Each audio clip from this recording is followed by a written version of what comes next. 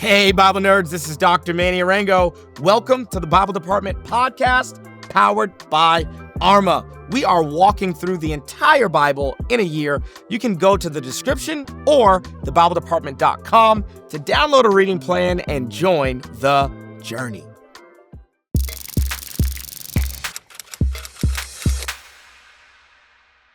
This is like our last couple of chapters of the book of Genesis. I'm so glad we got to do this together. I love the book of Genesis. It's a book of origins. I always tell people, if you can hold up 8 fingers, you can understand the book of Genesis. It's just 4 events and 4 individuals. And those 4 events are creation, fall, flood, Babel. And then those 4 people are Abraham, Isaac, Jacob, and Joseph. And we have chronicled through those 4 events and those 4 people. And that is the entire story of Genesis. It's a story of origins, right? Creation is the origin of the world. The fall is the origin of sin. The flood is the origin of covenant. And Babel, the origin of language.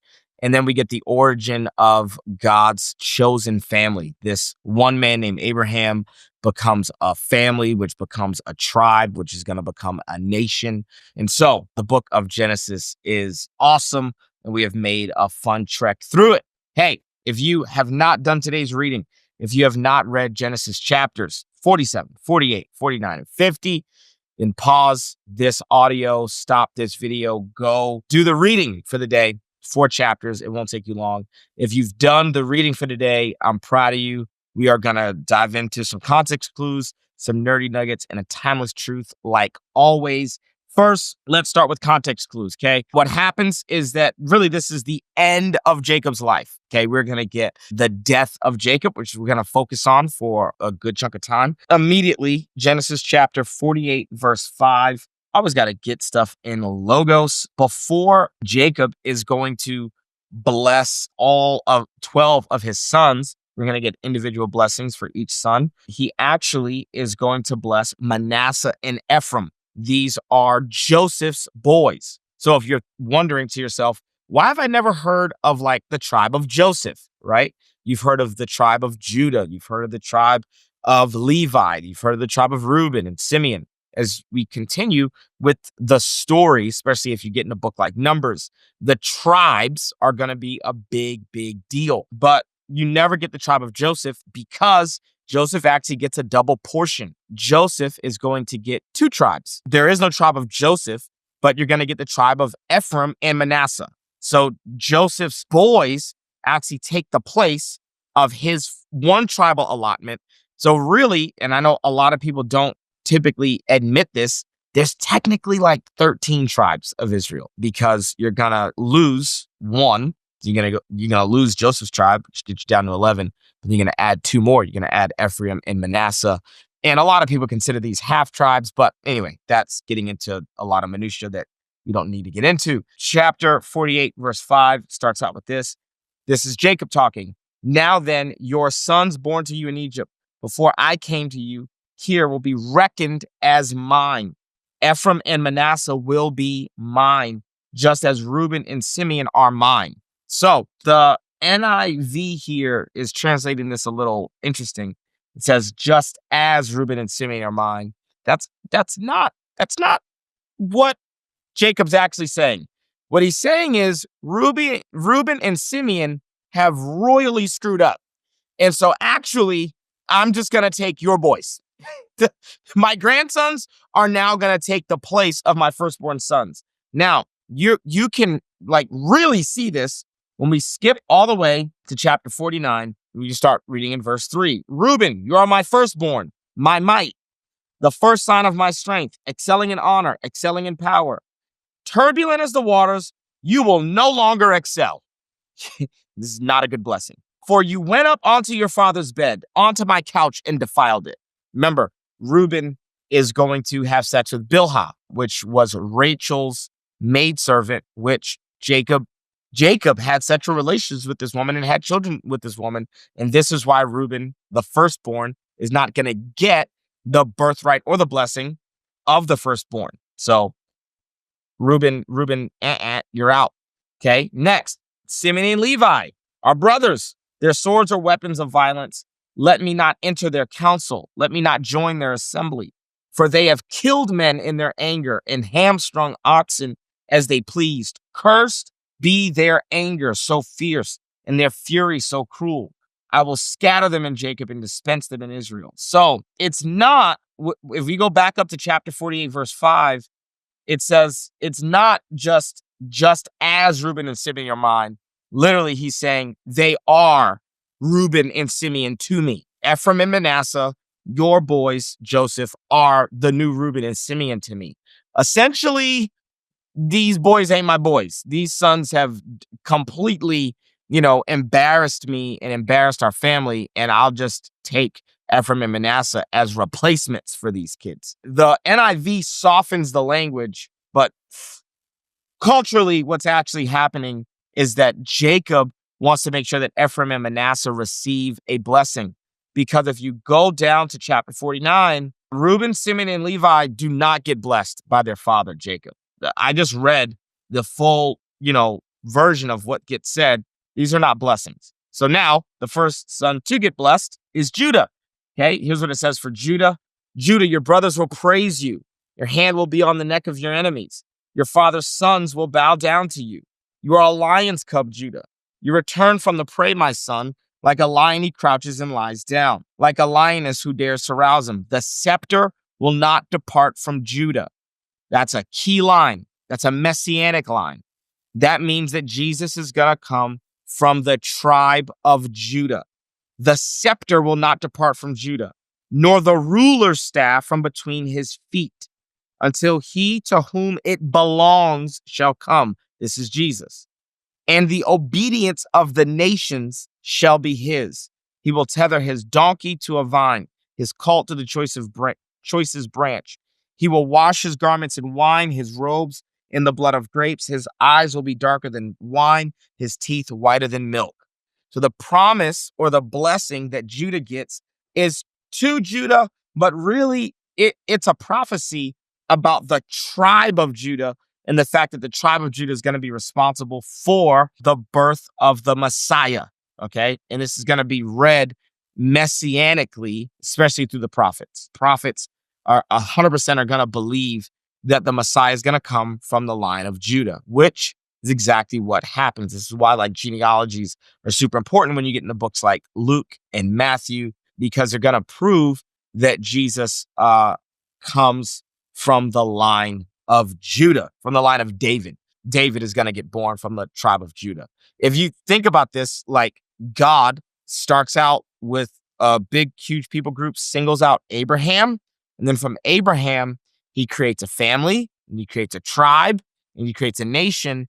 And now we have to figure out which tribe of the 12 tribes is the Messiah going to come from, which family is he going to come from, and on and on and on. All right, that's kind of just context for what's going on in these couple of chapters. Let me give you a nerdy nugget. Jacob makes Joseph swear. He actually makes him put his hand under his thigh. We probably talked about this before, but yes, that means touching his testicles. Okay, that is a biblical euphemism.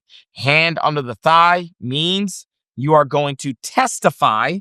And in order to testify, you need testicles. So he is bearing testimony. Okay, so what Joseph promises is that he will not bury his father, Jacob, in the land of Egypt, but he will trek his body all the way back to Canaan. Now, this is interesting because when Jacob dies, he's embalmed. It doesn't make sense to embalm somebody if you're going to then bury them. This is the most antithetical thing ever, actually. This is totally ridiculous. It takes a lot of cultural awareness to see how to just see how absolutely blatantly ridiculous this is. And I actually would contend that Joseph is in a pickle. Joseph is in a jam because he now has to ask Pharaoh for permission to take his father's body back to Canaan. I think that when Joseph initially makes the vow that he would take his dad's body back to Canaan, he done asked Pharaoh. And now he has to go ask Pharaoh after the fact. And here is a battle of the dads. Remember, Jacob is Joseph's biological father, but they've been in an estranged relationship. For all intents and purposes, Jacob has abandoned his son Joseph, okay? Now Pharaoh has come into Joseph's life, and has given him a ring and a chain and a chariot and a wife and a name. For all intents and purposes, Pharaoh has become a surrogate father. And now you get this battle of the dads. This little microcosm here. You're going to get that there's this battle going on. Jacob wants his son to take him out of Egypt into Canaan. Pharaoh is going to have to make a decision. Am I going to see this act, or am I going to see this request as a rejection? Is Joseph rejecting our Egyptian customs? Is Joseph rejecting me and my role that I've played in his life? And this Pharaoh respects Jacob as a father. This Pharaoh respects Jacob's fatherly role and fatherly voice in Joseph's life. I want to see, like, when we get to Exodus, this is going to get played out, because Yahweh is going to say again and again, hey, Pharaoh, give me my son. And this new Pharaoh in the Exodus story is not going to be as gracious as the Pharaoh here at the end of Genesis. Pharaoh is going to want to control Israel, which is the descendants of Jacob. Whereas the Pharaoh in Genesis respects Jacob's fatherly role in Joseph's life, the Pharaoh that we're going to have in the book of Exodus is going to want to exercise control over what he believes is his. And God is going to say, you're treating them like slaves, but they are my sons. So you're going to get another battle of the fathers. And we are getting a preview of that battle of the dads here at the end of Genesis. There is no need to embalm if you are taking him to Canaan. I think that he's allowing the embalming takes about 40 days. And I think he's allowing the process of embalming to happen because it's an awkward thing to ask Pharaoh to take my dad all the way back to Canaan. I don't think we get the weight of how big of an ask this actually is, but this is a big, big deal. Last nerdy nugget. There's a lot of people who actually believe that Joseph actually gets the blessing and Judah gets the birthright. Remember in the Jacob story, how Esau first got robbed of his birthright, which is a double portion. But he also then later gets robbed or tricked, deceived. Well, he doesn't get robbed of his birthright. He sells his birthright, okay? Jacob kind of got that one fair and square, not gonna lie. But the blessing, he deceives his father in order to get his brother's blessing. There's a lot of people who say, okay, Judah actually gets the birthright, which means the Messiah is going to be born from Judah's line. So if you look at Jacob's blessing of his boys in verse 8 of chapter 49, you get Judah's blessing is going to start, and it goes all the way down to verse 12, and it's very, very positive. To this point, Simeon, Reuben, and Levi's blessings are not even blessings. They're actually low-key kind of curses. And then everybody else's blessing is kind of short, kind of some one-liners like Gad will be attacked by a band of raiders, but he will attack them at their heels. Asher's food will be rich. He will provide delicacies fit for a king. Naphtali is a doe set free that bears beautiful fawns. Awesome. These are just kind of one-liners. Then you get Joseph's blessing. There's a lot of scholars who say, yeah, Judah gets the birthright, but Joseph gets the blessing. Joseph is a fruitful vine near a spring, whose branches climb over a wall. With bitterness, archers attacked him. They shot at him with hostility, but his bow remained steady. His strong arm stayed limber.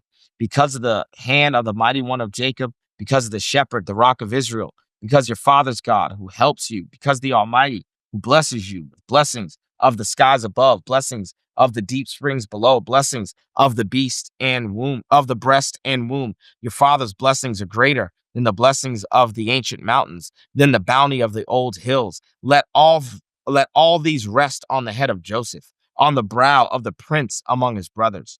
That's a massive blessing. Joseph is the character in the Bible that has the number one, and I mean, it's not even close, the number one type and shadow connections with Jesus. All right, I'll give you all of the comparisons between Joseph and Jesus. Number one, his brothers don't believe him. Okay, Joseph's brothers do not believe him. They don't believe his dream.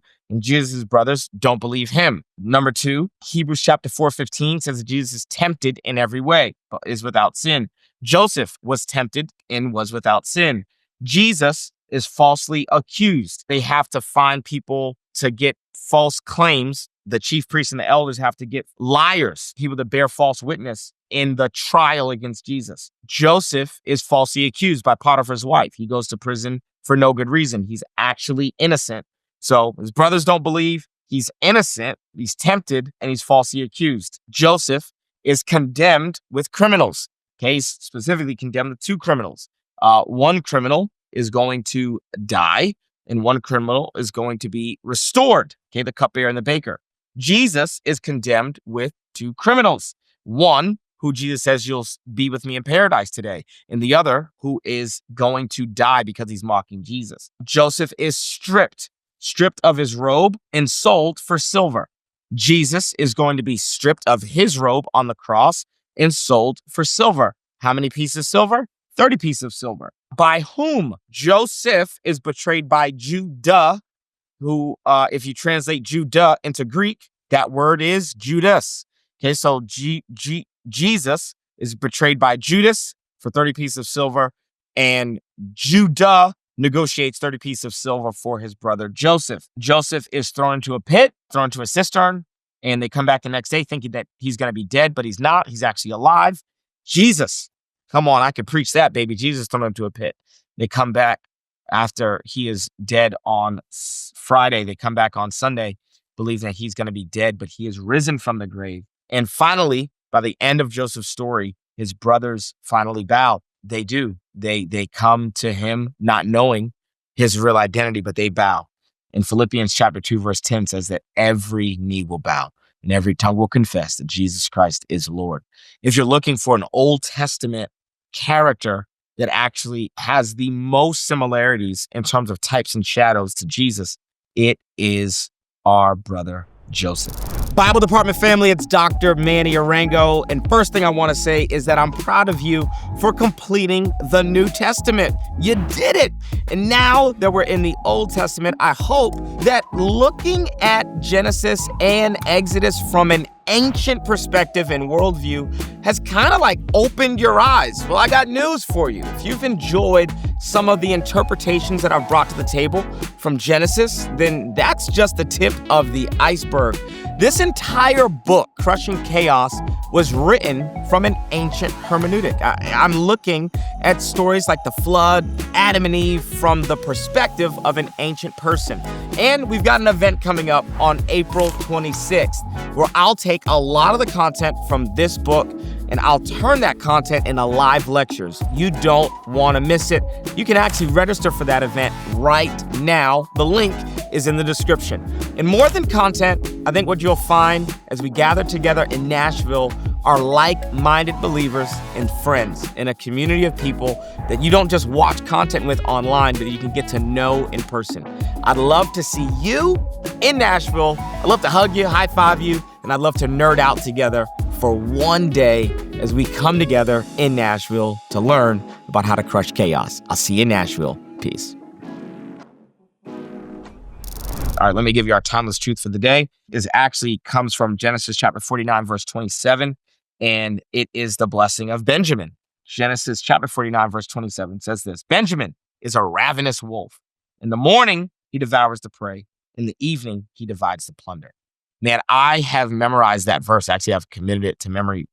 I've had that in my mind for years, in my memory bank for years. And here's what this means to me. This is the timeless truth for me. In the morning, he devours his prey. In the evening, he divides the plunder. That the first half of your life is for devouring prey. The second half of your life is for dividing plunder. I think we have a lot of people who want to diversify when they're young, but the time to diversify is when you're older. The time to commit yourself to devouring one thing and becoming excellent at one thing and mastering your craft. That time is when you're in your 20s, your 30s, your 40s, your teenage years. I know a lot of millennials who it's like they have 15 side hustles. They do like 4 or 5 different things. And I always tell people, hey, devour your prey. Get known like as one thing. Do one thing, then divide, then diversify. Another way to think about this is there's a lot of people who want to divide plunder, but they've never devoured prey. There's a lot of people who want to enjoy vacations and vacations, and they want to enjoy things that really is designed to be enjoyed in the second half of your life, but you haven't put in the work to even enjoy any of those things. And so there's a bunch of things that me and my wife are going to do, man. I can't wait to take 3 months and just go explore Italy when we're in our 60s. That's going to be awesome. I'm going to be the cruise king, okay? But that's not the time. It's not the time for that right now. Right now, I'm in the studio. Right now, I'm creating. Right now, I'm producing something. I'm devouring my prey so that I can divide the plunder in the latter years of my life. This is a verse that's honestly become like a life verse for me. Benjamin, a ravenous wolf. In the morning, he devours the prey. In the evening, he divides the plunder. I also think about this as like, I can't expect God to give me public wins if I don't have private devotion. I just can't have mixed match expectations. There will be no plunder to divide if I don't first devour the prey. And I can't try to have my evening plunder if I haven't had my morning prey. I got a job to do in the morning so that I can enjoy the evening. In that verse, woo, I may get a wolf tattoo on me someday because I like this verse a lot. And how stark forever, baby. Anyway, all right. Hey, that's the end of Genesis. Guys, I love you. Tomorrow, we got day 97, and we're going to get into the book of Exodus, one of my favorite books of the Bible. If you're on a streak, don't break it. If you're not on a streak, this is a great time to start one. I love you guys. I'm so proud of you. I'll see you right here tomorrow for day 97. Thanks so much for joining us on the Bible Department podcast. If this episode was helpful, how about you leave a comment, share with a friend, and subscribe so that you never miss an episode. To learn more about the show, head to thebibledepartment.com. We'll see you right back here tomorrow.